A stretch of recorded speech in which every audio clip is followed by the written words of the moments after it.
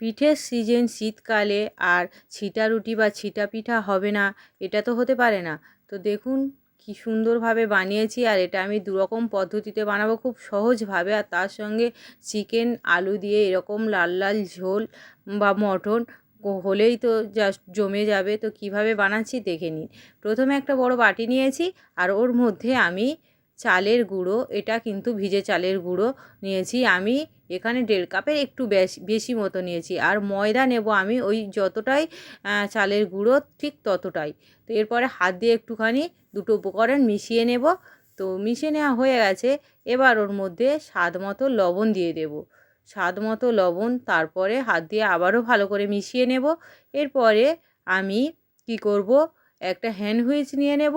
তো তারপরে আমি উষ্ণ গরম জলটা একটু উষ্ণ গরম করে নিয়েছি, হাত দিতেই দিয়েছি দেখলেন। একটু উষ্ণ গরম জল নেব, নিয়ে অল্প অল্প করে দিয়ে আমি একটু ব্যাটার বানাবো। এখানে আমি 3 কাপ যে জল মোটামুটি গরম করেছি। তো তারপরে একটু হ্যান্ড হুইচটা সরিয়ে হাত দিয়ে ভালো করে এই রকম করে সুন্দর করে একটু মেখে নেব, তাহলে ব্যাটারটা খুব স্মুথ হবে। তো আমি মোটামুটি এখানে হাত দিয়ে খুব সুন্দর করে মেখে নেব, তাহলে কোথাও কোনো ডেলা থাকবে না। তো এরপরে আমি 2 কাপ দিলাম।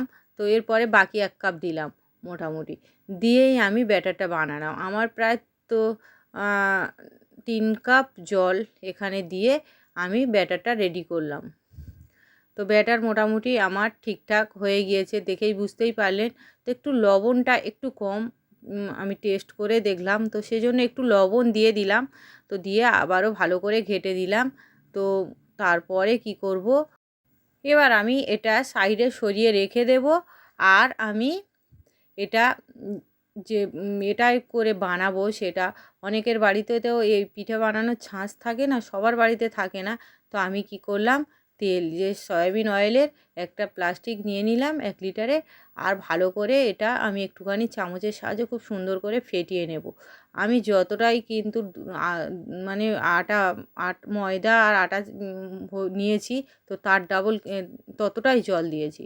মানে এটা 1.5 কাপ, ওটা 1.5, মানে 3 কাপ টোটাল আটা ছিল। তো আমি 3 কাপই জল গরম করে নিয়েছিলাম, উষ্ণ গরম।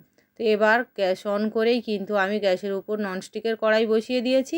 এবার কড়াইয়ে একটু তেল দিয়ে একটু ব্রাশ করে নেব।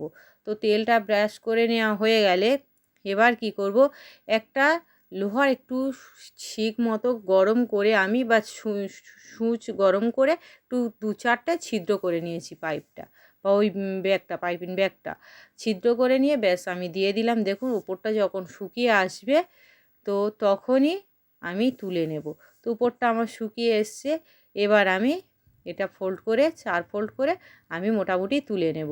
তো এইভাবে একরকমভাবে বানালাম। এবার আমি এরকম এরকম বোতলের মুখটা আমার ছিদ্র করা আমি দেখালাম। তো বোতল দিয়ে আমি বানিয়ে দেখাবো। তো দেখুন কি সুন্দরভাবে পড়েছে। তো এইভাবে কিন্তু কতটা পাতলা হয়েছে, কতটা সুন্দর হয়েছে। তো একইভাবে আবারও একটা বানাচ্ছি দেখুন। আমার বোতলের মুখে আমি একটাই কিন্তু ছিদ্র। তো এতেই আমি মোটামুটি বানিয়ে নিচ্ছি। দেখুন কত সুন্দরভাবে কিন্তু হচ্ছে। আপনারা যেমন খুশি তেমনভাবে করতেই পারেন, কোনো অসুবিধা হবে না। অনেকে কী করে, ওর যে কাঁপা মতো পাওয়া যায়, 5টা মুখ মতো থাকে, তো ওটা অনেক সময় বানাতে গেলে খুব সমস্যা হয়। এটা কিন্তু খুব একটা সমস্যা না। আপনারা যে কোনো জলের বোতল একটা ছিদ্র, একটা বা 2-4টে ছিদ্র করেই কিন্তু এভাবে সহজেই বানিয়ে ফেলতে পারেন, এতে কোনো সমস্যা হয় না। তবে মোটামুটি যখন আটাটা মাখবেন, মোটামুটি যতটাই আটা ততটাই জল নেবেন। তার থেকে সামান্য 19-20 না না করে ওই রকমই হলে ব্যাটারটা মানে খুব সুন্দর হবে। আর দেখুন প্রতিটা রুটি দেখতে কিন্তু কত সুন্দর হচ্ছে, বা পিঠা দেখতে কত সুন্দর হচ্ছে। তো এইভাবে সবগুলো আমি কিন্তু বানিয়ে নেব। আর কতটা পাতলা হচ্ছে দেখেই বুঝতেই পারছেন। দেখুন, আর সব বানানো হয়ে গেছে, প্লেটে সার্ভ করে দিয়েছি। আমি সঙ্গে বানিয়েছিলাম চিকেন আলু দিয়ে লাল লাল ঝোল। তো এরকমভাবে আপনারা একবার এই মানে পৌষ সংক্রান্তির আগে বা পৌষ সংক্রান্তির পরেও এই ছিটা রুটি বা ছিটা পিঠা বানিয়ে দেখতে পারেন, খেতে অসাধারণ লাগে। আর এই পিঠা কিভাবে বানিয়েছি সেটা তো আপনারা দেখলেন, দুটো পদ্ধতি দেখালাম একদম সহজ সরল ভাবে। তো তো বানাবেন আর আমাকে কমেন্ট করে জানাবেন। আমার এই ছিটা রুটি বা ছিটা পিঠার রেসিপি যদি ভালো লাগে তাহলে আমার চ্যানেলকে লাইক, কমেন্ট, শেয়ার ও সাবস্ক্রাইব করে পাশে থাকা বেল আইকন প্রেস করে দেবেন, যাতে আমি পরবর্তী ভিডিও দেওয়ার সঙ্গে সঙ্গে আপনারা প্রথমেই দেখতে পান। সবাই ভালো থাকবেন, সুস্থ থাকবেন, ধন্যবাদ সবাইকে। আর দেখুন দেখতে পিঠেটা কত সুন্দর লাগছে, খেতেও কিন্তু খুব দুর্দান্ত হয়। আর এই অনেকেই মিষ্টি পিঠা পছন্দ করে না, যদি এরকম পিঠা বানানো যায় তাহলে সবাই কিন্তু খুব খুশি মনেই খাবে। তো শীতকাল অনেক রকম তো পিঠা হবে, তার মধ্যে এরকম যদি একটা পিঠা থাকে তাহলে ক্ষতি কী। তো আপনারা অবশ্যই এরকম পিঠা বানাবেন আর খুব সহজভাবেই দেখবেন বানিয়ে নিতে পারেন। যারা কোনো দিন বানায় তারাও বানাতে পারবে। তো ভিডিওটা আজকের এখানেই শেষ করলাম।